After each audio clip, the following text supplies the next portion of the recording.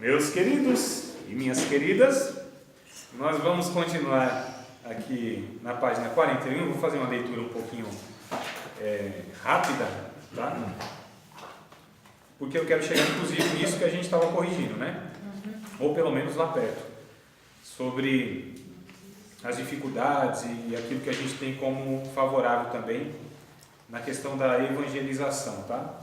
Então a igreja primitiva fez muito na sua época, evangelizou um mundo conhecido por um espaço de 60 anos, aqui que eu parei e a gente desenrolou todo esse conteúdo, né?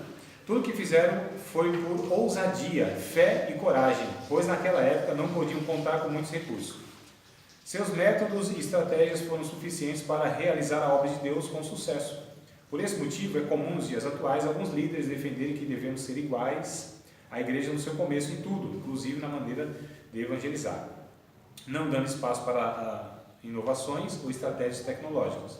Mas, quando tem o mais, que está contrariando. O que deve ser levado em consideração é que devemos sim ter a igreja primitiva como referencial, mas entender que a época deles é totalmente diferente da nossa, tá bom? Então essa é a questão. Em termos de progresso da sociedade humana, até bem pouco tempo não existia celular, internet e outras tecnologias que aproximam a humanidade. Naquela época, os servos de Deus faziam a obra a pé ou a cavalo. Hoje temos carros e até aviões. Por que não utilizar isso tudo para benefício do reino de Deus? Inclusive, o maior meio hoje de divulgação de qualquer mensagem, a mídia, né? No caso, de uma maneira geral, pode e deve ser usada para a evangelização. A mídia, irmão, é tudo aquilo que compreende comunicação. Tudo. Antes era o rádio e TV, era o que a gente tinha. Mas hoje nós temos, uma infinidade quase, e que vai surgindo cada dia, né? Mais meios de se comunicar. Aplicativos, aparelhos e uma série de... E melhor ainda, com custos baixíssimos, acessível a quase todo mundo, né? Então a gente deve aproveitar todas essas facilidades. Então nós temos hoje muito recurso, muita facilidade. Então vamos lá. Não utilizar esses recursos nos dias atuais é um atraso para a obra do Senhor. Porém, é necessário conhecer esses recursos para que sejam utilizados de maneira correta e procurar entender o mundo atual para evangelizar de maneira eficaz, visto que este mundo sofreu e está sofrendo mudanças significativas. Neste capítulo estudaremos o Evangelho em tempos modernos, os desafios da igreja nesta geração e a relação razão, ciência e fé. Usamos o mesmo conteúdo, né? As boas novas, mas outras formas. Está escrito aí de vocês não, né? É só no meu livro que vem esses negócios, ó. Vendo aqui, ó. Então, eu estudo também, mano. Então, tempos modernos, né? O Evangelho para o novo homem. Eu coloquei aqui, usamos o mesmo conteúdo, que é o Evangelho. O conteúdo é a mensagem, em qualquer coisa, tá? De qualquer forma, né? Ou, aliás, de várias formas. Então, nós não podemos mudar a questão do conteúdo, tá? O conteúdo é a palavra de Deus. Como ela vai, aí é outra história. Ontem, um aluno, ele trabalha em alguma empresa lá de distribuição, é uma editora, alguma coisa assim, distribuição de livros, bíblias, né? Tudo questão evangélica. E ele falou que teve uma experiência essa semana, foi a primeira venda dele, parece. Foi vender uma Bíblia, um monte de Bíblia lá, não sei se foi 20, 30, para um cidadão. Chegou o camarada lá com a Harley Davidson, barbão, daquele jeito mesmo, motoqueirão, né? Tal. E ele olhou assim, né?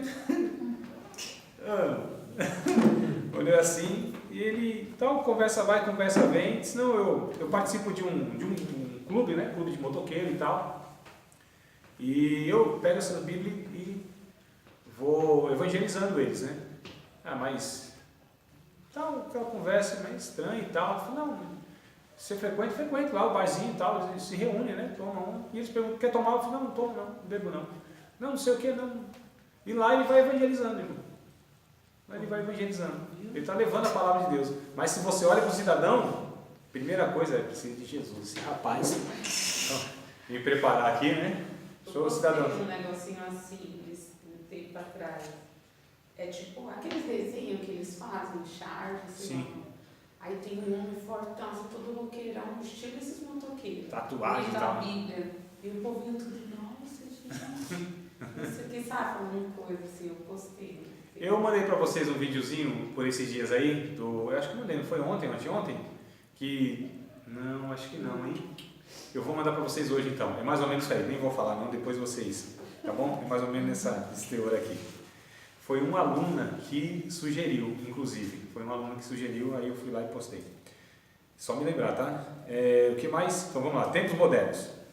O Evangelho para o novo homem. A humanidade na sua compleição, ou seja, na sua composição, né, social, passa por diversas mudanças ao longo dos séculos e milênios. Ela evoluiu, como afirmam os sábios e entendidos deste mundo. O ser humano, do ponto de vista antropológico, tem mudado consideravelmente neste mundo. Vejamos o que ocorreu na sua trajetória de vida nessa terra.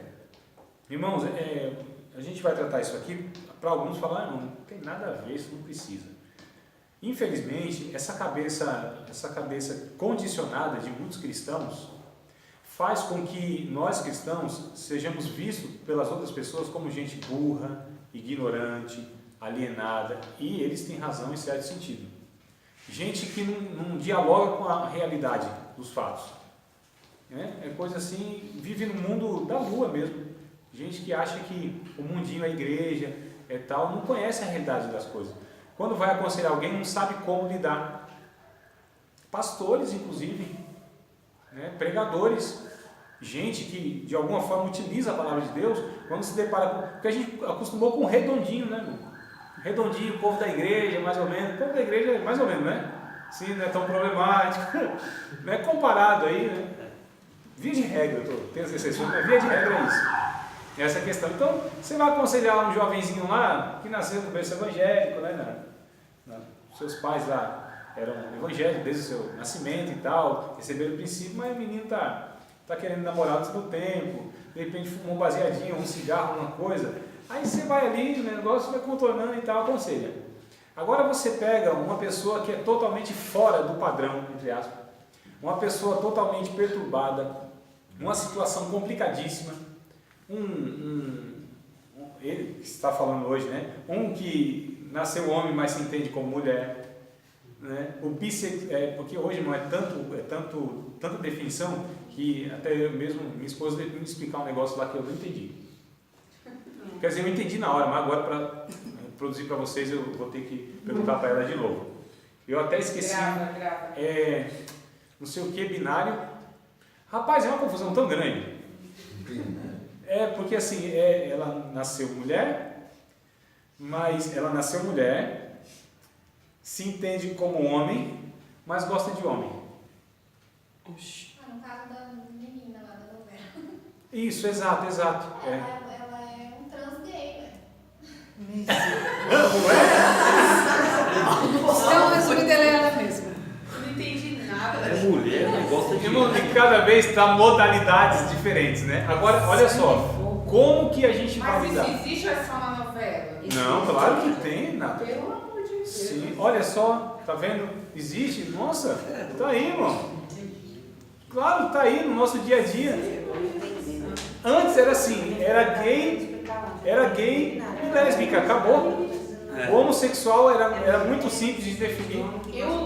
Eu aprendi, Vixe, acho que há nem um mês atrás, o que era o transexual. Isso. Um mês. Um mês, Eu sabia o que era, eu ouvia falar, mas não sabia. Isso, então, agora existe tantas. Eu só coloquei uma situação, uma condição que ela fugir de um padrão. A gente tem dificuldade por não, inclusive, conhecer todas essas nuances, né? Eu não sei nem como definir. Essa diversidade que se tem. E eu estou falando só de uma coisa, não estou falando de outras mais. Porque a igreja não tratava desses assuntos. Isso não chegava para nós. Aqui era tudo muito redondinho. Divórcio era um ou outro. Né? Muito difícil. Hoje não. Hoje isso tem crescido de uma forma assustadora. Entre pastores, gente que muito tempo de fé. Então, filhos nas drogas era uma coisa rara, filho de crente. Hoje também não se tem muita diferença daqueles que não tem e tal. Então, quer dizer, por não entender todas essas realidades que estão aí dia a dia, e a gente tem como novidade, isso não é novidade, irmãos. Isso só há tempos, há anos e há décadas, estão aí e eu fiquei assustado quando eu tive uma palestra com o procurador regional da República, irmão nosso, crente irmão nosso, na igreja presbiteriana, que faz um mês atrás mais ou menos, procurador regional da República. Isso não é qualquer um não, irmão, não é? É um camarada, se não me engano, no estado, tem um geral que é no estado, então o camarada é acima de juiz, acima de promotor, irmão nosso. Então ele estava dando a palestra para nós lá, Guilherme Shelby, eu fiz algumas postagens lá, a respeito de ideologia de gênero, não, nem foi propriamente ideologia de gênero, a questão nas escolas das crianças, eu coloquei leis lá e aprendi tudo com ele lá. E ele mostrou lá, eu acho que há uns 20 anos atrás, o MEC já estava colocando nas escolas mais ou menos essa proposta que tem hoje. Há 20 anos. Não chegou agora. E tem uns que nem sabem o que eu estou falando aqui. Há 20 anos ele estava colocando e só agora que o povo está sabendo. O MEC, essa questão, essa proposta já estava sendo introduzida há uns 20 anos na escola. Hoje que alguns, se a gente perguntar um monte de cristãos, não sabem o que a gente está falando aqui. Talvez alguns de vocês aqui, porque nem noção do que eu estou falando aí. Vocês percebem, é novo. Não, irmão, meu Deus do céu. E se autorizarem no Brasil, oficializar assim, no cartório, casamento gay, onde a gente vai parar? E se, irmão? Amados, desde 2015, outubro de 2015, todos os cartórios no Brasil estão autorizados a celebrarem, a oficializarem, melhor dizendo, celebrar não, oficializarem o casamento homossexual. Se, percebe como às vezes a gente está muito atrasado, alienado, por conta de não achar que isso é importante. Aí a gente vai evangelizar um, evangelizar outro, aí a gente se depara com uma pessoa complexa mesmo, confusa.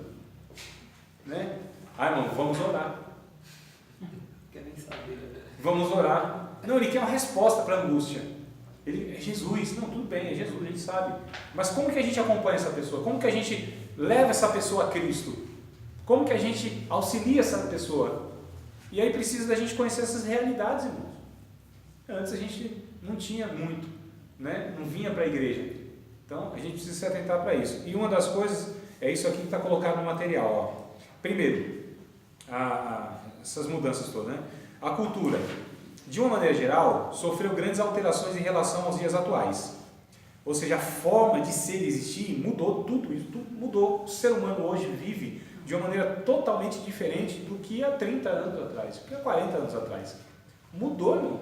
A sociedade, o ser humano, eles vivem totalmente, a gente precisa compreender isso. Tá? Então a forma de ser e existir mudou. A religiosidade nunca, em tempo algum, duvidou tanto da existência de Deus como na sociedade moderna. Fala assim, irmão, mas calma aí, tem alguma coisa errada. Porque as religiões e a crença têm aumentado tanto. É um paradoxo, uma aparente contradição. Não é porque tem crescido as religiões que as pessoas têm acreditado mais em Deus. Em Deus mesmo. Não é?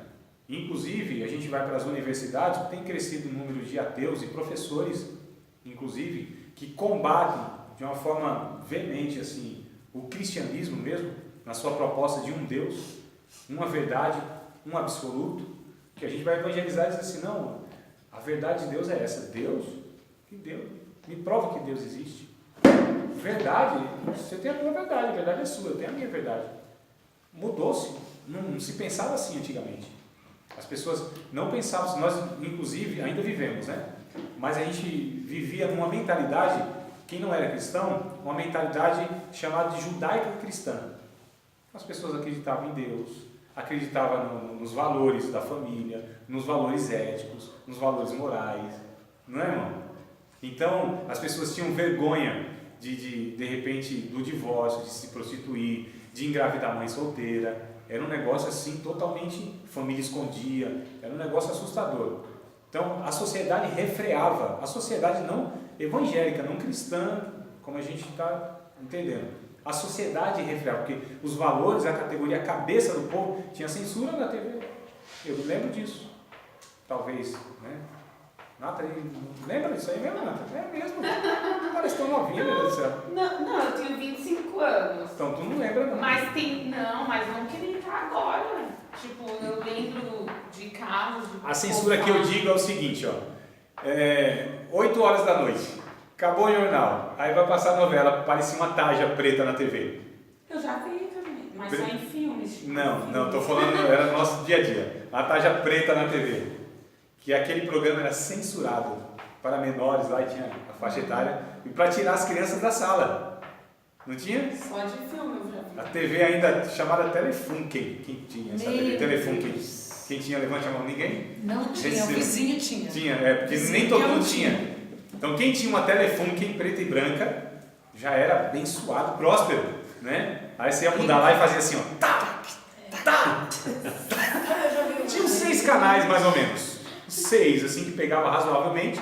O HF, lembra? Tinha lá. Aí você coisava, não achava o programa e cansava, você sentava no sofá, porque não aguentava ficar levantando, sentando. Levantando, aí desistia assim. Não era assim, não era? Então, olha só, censura. Censura, irmão. A gente pegou isso aí. Então, hoje, irmãos, não tem mais.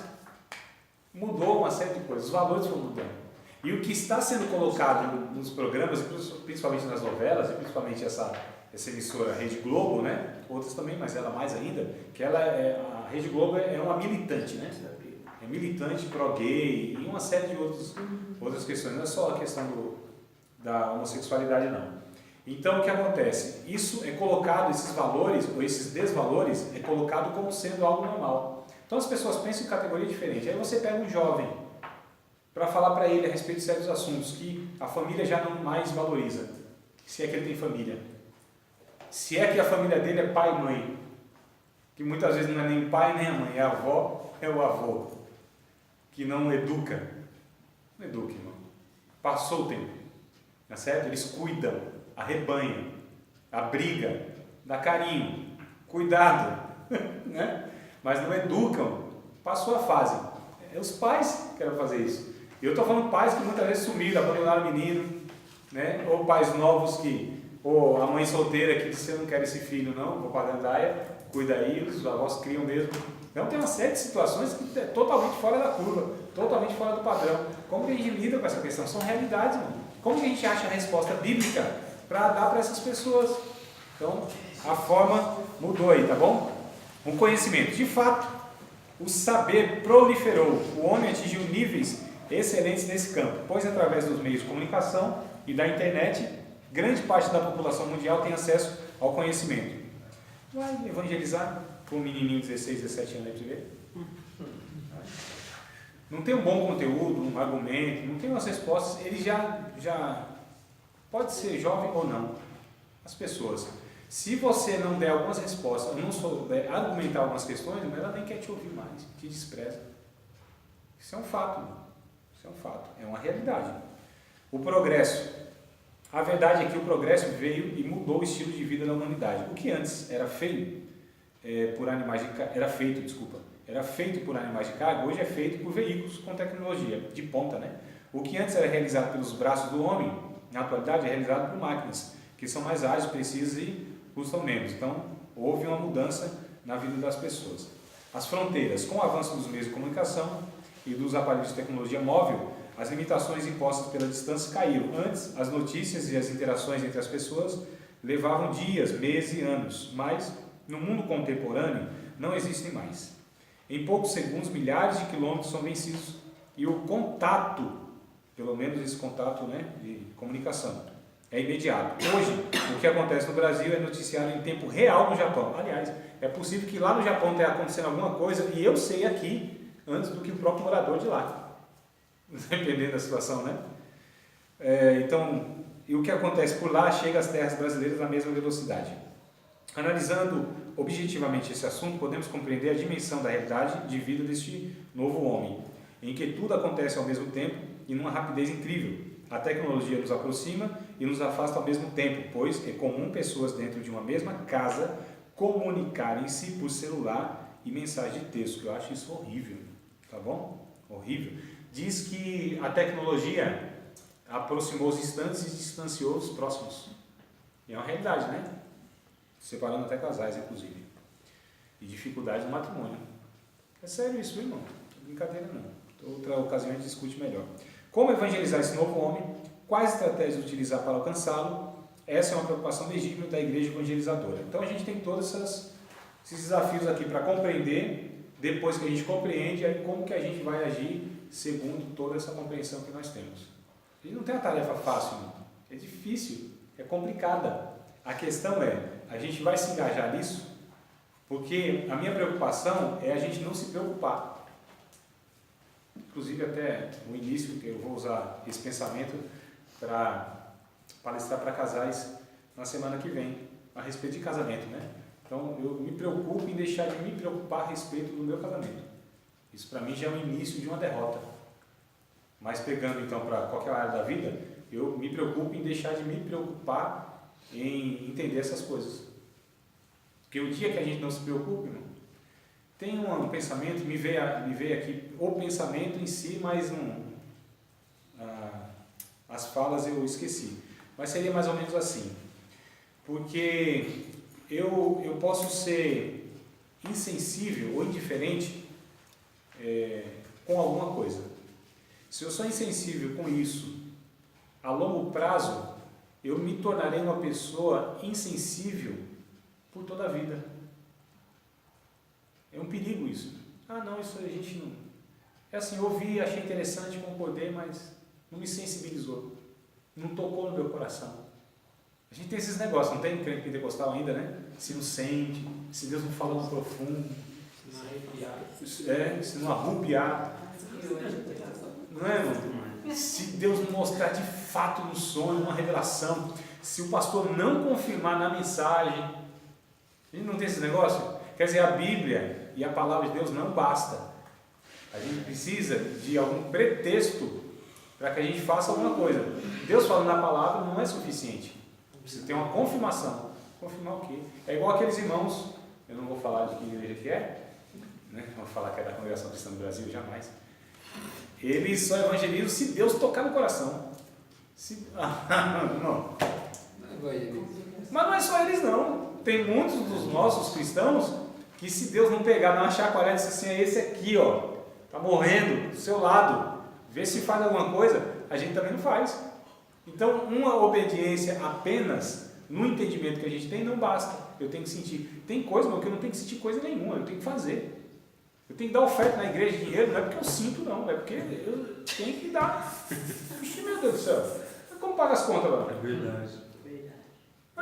Se eu sentir de Deus, se Deus tocar no meu coração, que nada, meu irmão. Tem que dar, é razão que usa, é entendimento que usa, é raciocínio, é lógico que usa. Não é sentir. Irmão, tem coisa que a gente sente que não tem nada a ver com o evangelho. Não é? Se a gente esperar sentir aquele negócio, não sente coisa nenhuma.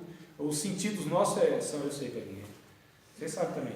Os desafios da igreja nessa geração. O momento atual em que o homem está inserido, onde nasce, vive e morre, é denominado de pós-modernidade. É esse ambiente que a gente vive. Ou, como alguns preferem, modernidade avançada. Fato é que essa geração está sofrendo uma evolução na sua maneira de pensar, agir e viver. Na modernidade, o lema filosófico que influenciou tantos outros pensadores veio de Nietzsche, né? Friedrich Nietzsche, que desenvolveu a tese de que Deus está morto. Esse pensamento reforçou o chamado existencialismo, que já não via nenhum sentido no universo. E assim o homem não encontra nada nem ninguém fora de si mesmo. A proposta é assim, essa questão de transcendência, de eternidade, isso aí não. Para Nietzsche, foi algo que foi tirado, ele queria mesmo no existencialismo, aquilo que existe aqui agora, aquilo que é palpável, aquilo que a gente pode experimentar, manusear, tocar e tal. Tá certo? Essa questão de vida além, não, isso aí não, fora de cogitação. Dessa forma, a clausura é instaurada e agora o homem não se relaciona mais com Deus e nem com o próximo. O seu eu torna-se o centro de todas as coisas. A partir daí, a humanidade evoluiu para a pós-modernidade. Olha o que disse aqui o Ricardo Gondim. O desejo enorme de reverter a realidade, aliado ao total desencanto, é o que se tenta denominar de pós-modernidade. Se na modernidade as pessoas gritavam Deus está morto, hoje proclamam Marx também e eu já estou doente de morte. Nessa bagunça toda nessa bagunça toda em que irrompe a falência da civilização, as pessoas já não sabem mais se a tomografia computadorizada e o shopping center sem mendigos proclamam a aurora de uma nova civilização, ou se Chernobyl, que é aquela questão lá da guerra, né? Ruanda, e o viciado em crack. A questão aqui que talvez alguém não conseguiu interpretar, inclusive eu falei aqui na fala, né? A questão é o seguinte, irmãos. O ser humano hoje está desencantado com tudo. Com tudo. Não é? Negócio de Deus, de igreja. Igreja é uma decepção. É ou não é? Até para nós, que muitas vezes vivemos, é um negócio. Não é uma decepção, não era para ser assim, não precisava ser assim. E imagina para os que estão de fora, Deus, porque a gente vê tantos representantes de Deus, e para eles Deus é aquilo que a gente reproduz. E deveria ser, né? Então há esse desencanto a questão de Deus. Só que hoje a gente tem mudado, isso é um estudo um pouquinho mais específico da minha área, que é a sociologia. A pós-modernidade, alguns entendem que já está passando. O que a gente tem agora seria a hipermodernidade. O que caracteriza a hipermodernidade? A estética e o individualismo. O que o ser humano hoje, irmão, mais se engaja na questão estética. Né? O que se gasta hoje com estética.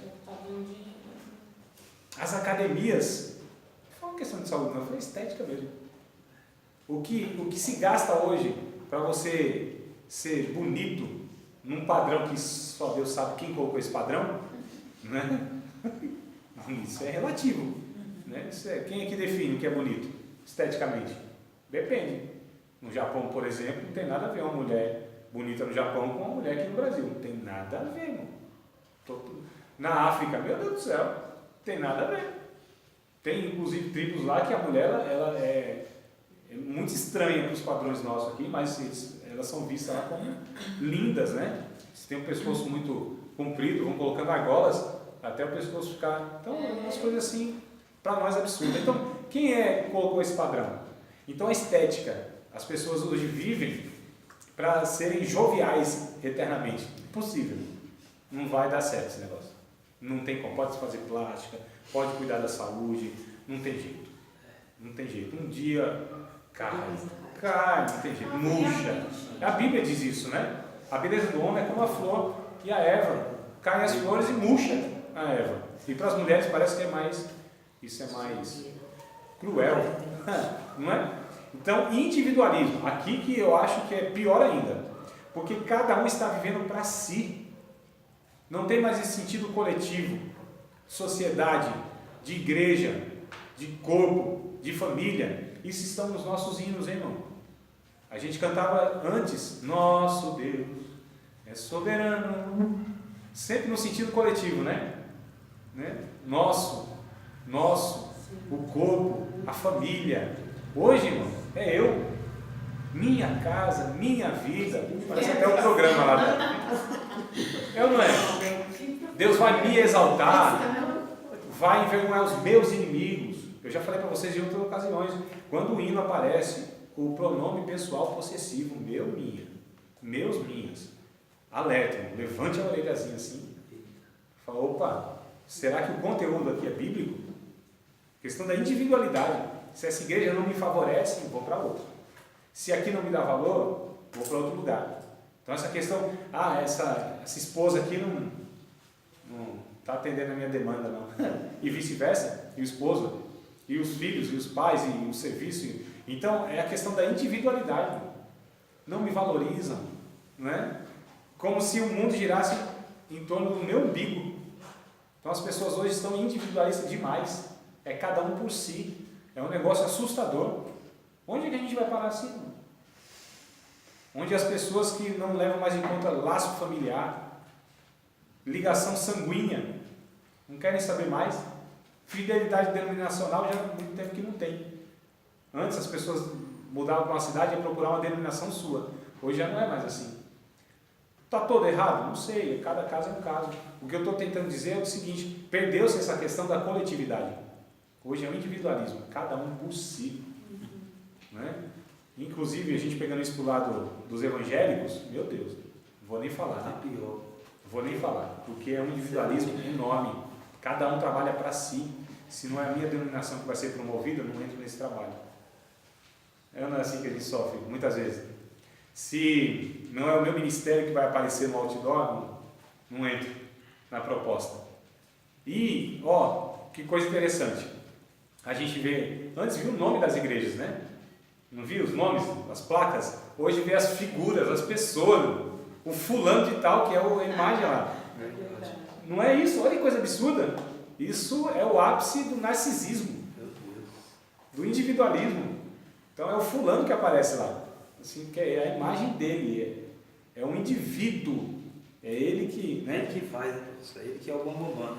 É um negócio horrível, irmão. Então a gente precisa tomar cuidado, porque a gente tem dificuldade, às vezes, de apresentar Jesus, e as pessoas que estão na igreja, os que estão na igreja, a gente tem dificuldade de alcançar fora. Mas os que vêm para a igreja de alguma maneira, a gente colocar para eles que a vida é na coletividade.